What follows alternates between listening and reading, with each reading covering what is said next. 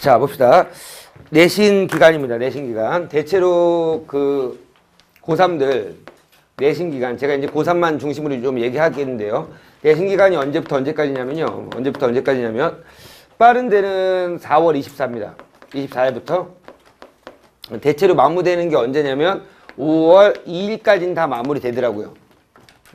5월 2일까지. 그럼 4월 24일부터 5월 2일까지인데 어떤 학교가 하나 있어요. 뭐 내가 뭐라고 말할 수 없지만 이름을 뭐 얘기할 수 없지만 해화동에 있는 학교인데요. 거기는 5월 8일부터래요. 진짜 최악의 학교예요. 그러니까 쉬는 날 다 공부하고 5월 8일부터 중간고사 보는 학교도 있더라고요. 중간고사 기억나요? 기억 안 나죠? 2년 전인데. 자, 보시면 4월 24일부터 5월 2일까지가 중간고사 기간인데요. 중간고사 기간인데 이 중간고사 기간 동안 고3들은 대체로 내신이 뭐가 나올 거예요? 수능 특강이 나와요. 제가 알고 있는 학교 가장 시험 범위가 많은 학교는 뭐냐면 세 권이 다 시험 범위예요. 문학, 독서와 문법, 화법과 작문이 다 시험 범위래요. 독서와 화작문까지. 시험 범위가 세 권이래요. 그럼 기말고사 시험 범위 뭐야? 또 세 권. 뭐 이런 무식한 학교도 있어요. 자, 그런 학교를 제외하고는 대체로 어떻게 되냐면 범위가 정해져 있습니다. 자, 수능 특강 몇 가지만 말씀드리면요. 다 필요 없지만 문학, 문법, 문학, 화작문, 독서에 대해서 어떤 식으로 내신 대비를 할지를 말씀드릴게요. 물론 저도 기간제학 선생을 했었는데요. 물론 이 수능 특강을 저는 수능 특강을 해본 적은 없어요. 저 때는 그 연계가 거의 없었으니까 제가 기간제 할 때는. 그런데 수능 특강을 문제로 내는 선생님들의 성향들이 보니까 두 가지 성향이 있어요. 첫 번째는 뭐냐면 내신식으로 내는 선생님이 있고요. 그렇죠? 오케이. 두 번째는 어떤 식으로 내세요? 수능식으로 내시는 선생님이 계세요. 그럼 물론 후자가 더 능력이 좋으신 분입니다. 그건 당연한 겁니다. 알았죠? 자, 그런데 문제는 이 내신식으로 하시는 분들은 뭐 하셔야 되냐면 학교 선생님의 수업이라든지 아니면 거기에 해당되는 자습서와 같은 진짜 짜잘한 것들 다 적어놔야 돼요. 그쵸? 오케이. 근데 수능식으로 하는 학교들이 요즘엔 꽤 많이 있어서 그런 얘기 말씀을 드릴 건데요. 우선 문학, 화작문, 독서 모두 다 뭐냐? 이거예요. 무슨 중심의 공부예요? 지문 중심의 공부가 필요해요. 자, 문학은요, 솔직히 선생님들이 가장 문제 내기 쉬워하는 부분이에요. 당연한 거 아니겠어요? 문학 작품 딱 놓고요. 거기에 대해서 문제 만드는 건 되게 어렵지 않아요. 그런데 문제는 화작문과 독서가 문제가 돼요. 학교 선생님의 성향들이 봤을 때. 그럼 화작문 같은 경우는 뭐가 중요할까요? 당연히 거기 있는 자료, 거기는 지문 이렇게 되겠죠. 대체로 시험은 지문 중심으로 공부하고 출제 원리는 딱 이거예요. 첫 번째, 선지 바꾸기. 가장 하수의 문제 만드는 방법이에요. 선지 바꾸기 뭐냐면 이렇게 해요. 좀 수준이 낮은 학교 같은 경우는 1번을 5번 선지로 바꾸고요. 진짜 2번을 4번 선지로 바꾸고요. 문제를 내는 경우도 수두룩해요. 수능 특강을. 이해 가셨죠? 무슨 말인지. 혹시 자기네 학교가 그런 학교였는지 한번 생각해 보세요. 자, 선지 바꾸기고요. 두 번째는 뭐냐면 선지 창작이에요. 이 정도면 매우 훈련이에요. 훌륭하죠. 그쵸? 오케이. 자, 요런 식의 관점이 거의 70% 이상이고요. 선지를 창작하던 선지를 바꾸던 결국은 지문은 그대로 갖고 온다는 거야. 그런데 어떤 선생님은 뭐냐? 이런 식으로 하기도 해요. 다른 작품과의 연결 갖고 문제를 만들기도 하고요. 그렇죠? 오케이. 아니면 독서에서 요 지문이 있으면 그와 유사한 다른 지문 갖고 문제를 만드는 선생님이 아주 극소수가 있어요. 되게 훌륭한 선생님들이에요. 자기가 지문 갖고 와서 만드는 선생님들은 이거 매우 훌륭한 선생님이죠. 그런 선생님의 문제는 여러분의 어떤 방식으로 풀어야겠어요? 기본 실력으로 푸시면 돼요.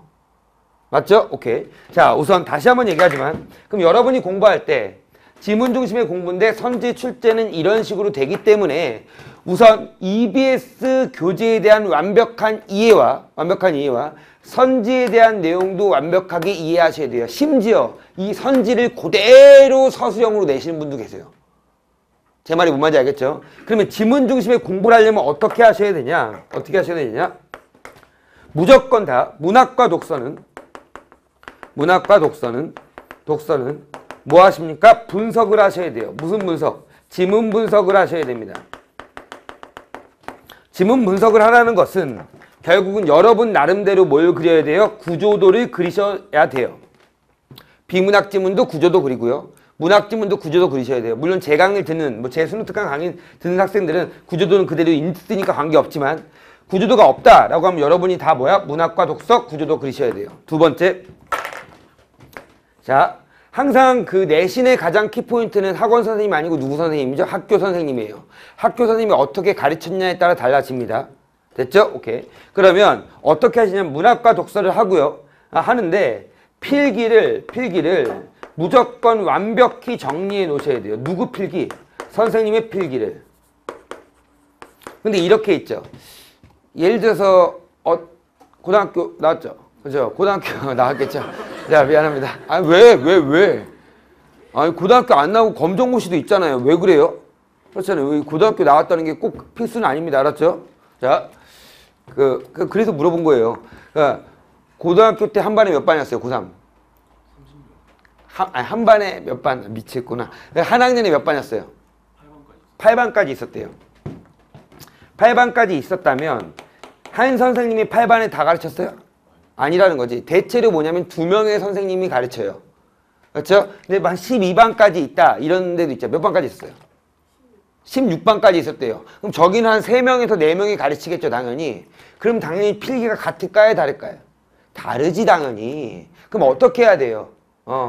내가 1반이라고 했다면 만약에 7반이나 6반 애한테 가서 너네 문학 선생님 누구니? 니네 뭐냐 독서 선생님 누구냐라고 물어봐야죠.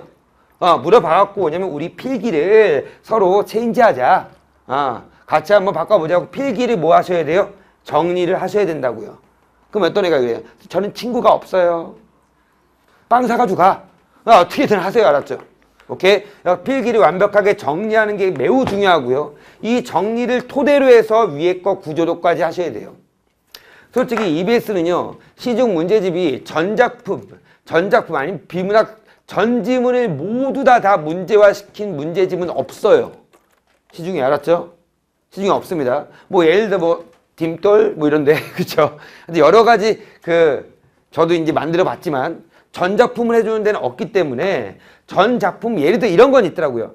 전작품을 정리해 놓은 이런 건 있더라고요. 이런 거 있는데 그런 거 전작품 정리해 주는 출판 교재도 있습니다. 하지만 보기까지 다 정리해 준 건 없어요. 아무튼 정리해 준 것들이 보셔도 괜찮아요. 근데 문제는 그 정리해 준 것보다 더 중요한 건 뭐야? 선생님 필기입니다.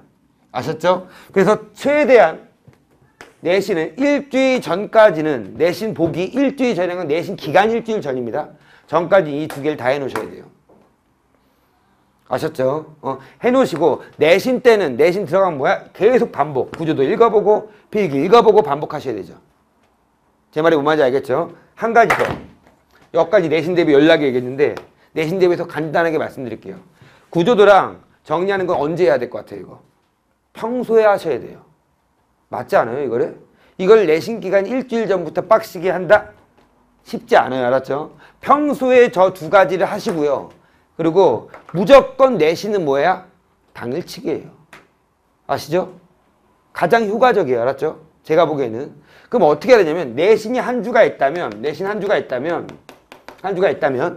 바로 앞주 있죠. 앞주. 이 앞주는 무조건 뭐야? 내신에 올인하는 거야. 알았지? 그래서 완벽하게 내신만 올인하는 건 딱 2주만 하셔야 돼요. 근데 내신 애들이 어떻게 하는지 아세요? 5주 목표 세워요. 4주 목표 세워요. 그럼 여기 계시는 재수생들은 뭐야? 너무 고맙죠. 솔직히 말해서 너무 고마운 거야. 알았지? 그렇죠? 그럼 내가 반대로 생각하면 유혈무평에서 반대로 생각하면요. 유혈무평에서 가장 성적이 많이 오르는 애들은 누굴까요? 재수생들이에요. 누구보다 안 될까요? 그러면 고3 애들은 이 내신 기간이 중간에 딱 껴져 있기 때문에 한 달에 붕 떠버려요. 그러므로 고3 학생들은 내신 대비하는 학생들은 뭐야? 짧고 굵게 한다라고 생각하시고 공부를 하셔야 돼요. 아셨죠? 평소에 이거 다 해놓고요. 4월 첫째 주, 둘째 주에 해놓으시고 세 번째 주, 네 번째 주는 뭐다? 올인한다. 알았죠?